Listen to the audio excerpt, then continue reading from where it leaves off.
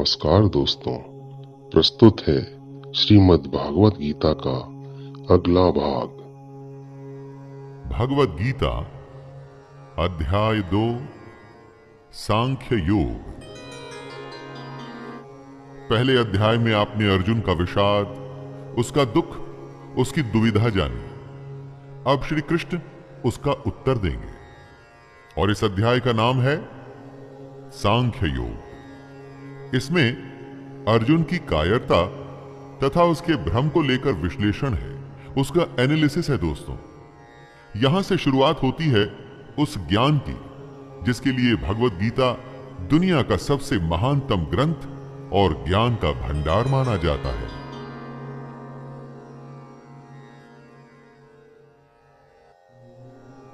संजय उवाच तं तथा कृपयाविष्टम् अश्रुपूर्णाकुलेक्षणम् विषिदन्तमिदं वाक्यम् उवाच मधुसूदनः।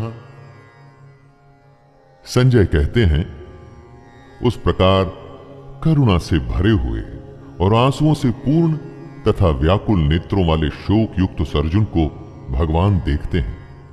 अर्जुन दुख से घिरा हुआ है, आशा खत्म हो चुकी है, हिम्मत टूट चुकी है और ऐसे में कृष्ण उसे समझाना शुरू करते हैं।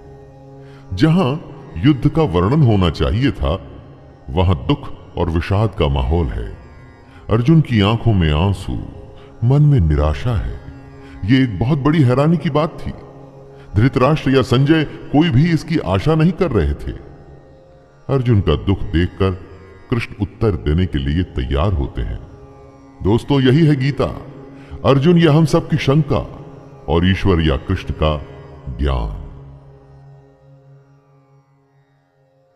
श्री भगवानुवाच कुतस्त्वाकश्मलम् इदम् विषमे समुपस्थितम् अनार्यजुष्टमस्वर्ग्यम् अकीर्तिकरमर्जुन। श्री भगवान बोलते हैं, हे अर्जुन, तुझे इस समय असमय में ये मोह किस हेतु से प्राप्त हुआ? क्योंकि ना तो ये श्रेष्ठ पुरुषों के द्वारा आचरित है, न स्वर्ग को देने वाला है और न कीर्ति को करने वाला ही है। युद्ध के समय ऐसी शंका, ये तो असमय है। दोस्तों, इस तरह अपने शत्रु के प्रति मोह दिखाने का काम अर्जुन जैसे योद्धा कैसे कर सकते हैं? अपने कर्म से अगर हम मुंह मोड़कर मोह या किसी और वजह से हताश बैठ जाएं, तो वो ठीक नहीं है। इससे कभी कोई लाभ नहीं होता। क्लैब्यमास्मगमः पार्थ नैतत्त्वयुपपद्यते क्षुद्रं हृदय दौर्बल्यं त्यक्त्वोत्तिष्ठ परन्तप। कृष्ण समझा रहे हैं, हे अर्जुन, नपुंसकता को मत प्राप्त हो। अगर तू युद्ध में आया है तो युद्ध कर, ऐसे डर मत। तेरे जैसे धनुर्धर के लिए यह ठीक नहीं है, सही नहीं कि इस तरह से मन की कमजोरी दिखाओ। दोस्तों, श्री कृष्ण यहां नपुंसकता का अर्थ शक्तिहीनता, कमजोर हो जाना, युद्ध से मुंह मोड़ लेने वाली बात कर रहे हैं। यानी कि जो धर्म कहता है उसके अनुसार कर्म तो करना ही चाहिए। स्वयं को कमजोर मानकर बात को छोड़ देना यह सही नहीं है। बुरे समय में अगर हमें भी जब आशंका सताए, यही बात हमें याद रखनी चाहिए कि मन की दुर्बलता छोड़ हमें सिर्फ उस कर्म के बारे में सोचना चाहिए जो हम करने के लिए आए हैं। अर्जुन उवाच कथं भीष्ममहं संख्ये द्रोणं च मधुसूदन इषुभिः प्रतियोत्स्यामि पूजार्हा वरिसूदन। अर्जुन अपनी शंका के बारे में कहते हैं, हे मधुसूदन, मैं रणभूमि में किस प्रकार बाणों से भीष्म पितामह और द्रोणाचार्य के विरुद्ध लड़ूं, जिनसे मैंने सब कुछ सीखा है, जो मेरे लिए सबसे बड़े हैं, उन पर मैं कैसे बाण चला सकता हूं? दोस्तों, यहां पर अर्जुन का कहना है, उसका संशय है, असल में सुनने में गलत नहीं लगता। अर्जुन जिनकी पूजा करते हुए बड़े हुए हैं, अपने पितामह या अपने गुरु पर वो बाण कैसे चला सकते हैं? लेकिन युद्ध का तो यही काम है। बाण शत्रु और अपने में भेद नहीं करता। जब वो चलता है तो प्राण लेने के इरादे से, जिसे करने में इस वक्त अर्जुन असफल हो रहे हैं। गुरु न हत्वा हि महानुभावान् श्रेयो भोक्तुं भैक्षमपि हलोके हत्वार्थकामांस्तु गुरुनिहैव भुञ्जीय भोगान् रुधिरप्रदिग्धान्। अर्जुन की दुविधा गलत नहीं लगती जब वो ऐसा कहते हैं कि इन महानुभाव गुरुजनों को न मारकर मैं इस लोक में भिक्षा का अन्न भी खाना कल्याणकारक समझता हूं।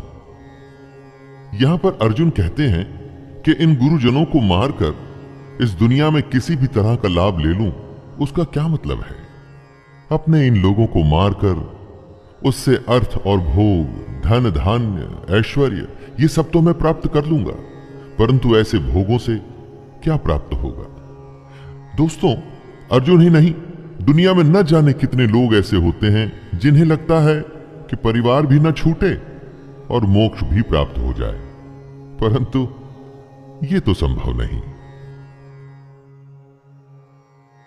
न चैतद्विद्मः कतरन्नो गरीयो यद्वा जयेम यदि वा नो जयेयुः यानेव हत्वा न जिजीविषामस्तेव स्थिताः प्रमुखे धार्तराष्ट्राः।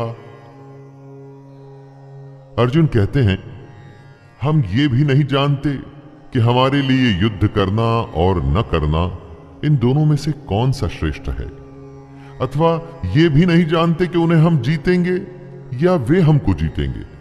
और जिनको मारकर हम जीना भी नहीं चाहते, वे ही हमारे आत्मीय धृतराष्ट्र के पुत्र हमारे मुकाबले में खड़े हैं। भविष्य में क्या होगा ये तो कोई भी नहीं जानता। विधि ने क्या विधान लिखा है उसके बारे में किसी को नहीं पता, लेकिन वर्तमान में हम जो करना चाहते हैं उसका निर्णय हमारे हाथ में होता है। हमारे कर्म सिर्फ और सिर्फ हमारे ही हाथ में है। तो क्या युद्ध जीतने के लिए अपनों को मारना ठीक है?